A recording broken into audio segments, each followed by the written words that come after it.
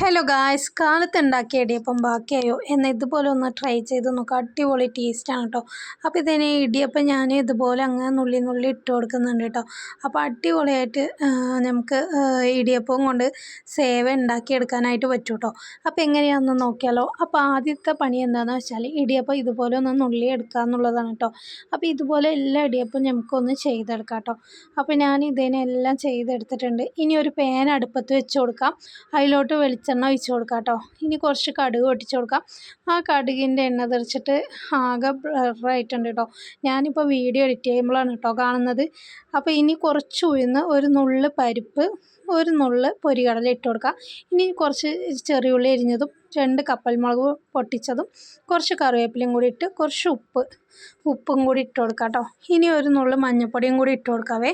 ഇനി ഇതിലോട്ട് ചെറുനാരങ്ങ പിഴിഞ്ഞത് വേണം കേട്ടോ. ഒരു ചെറിയൊരു നാരങ്ങ അത് പിഴിഞ്ഞതും കൂടി ഇതുപോലെ ഒന്ന് ആക്കി കൊടുക്കാം. ഇല്ലെങ്കിൽ പകുതി എടുത്താലും മതിയാവും കേട്ടോ.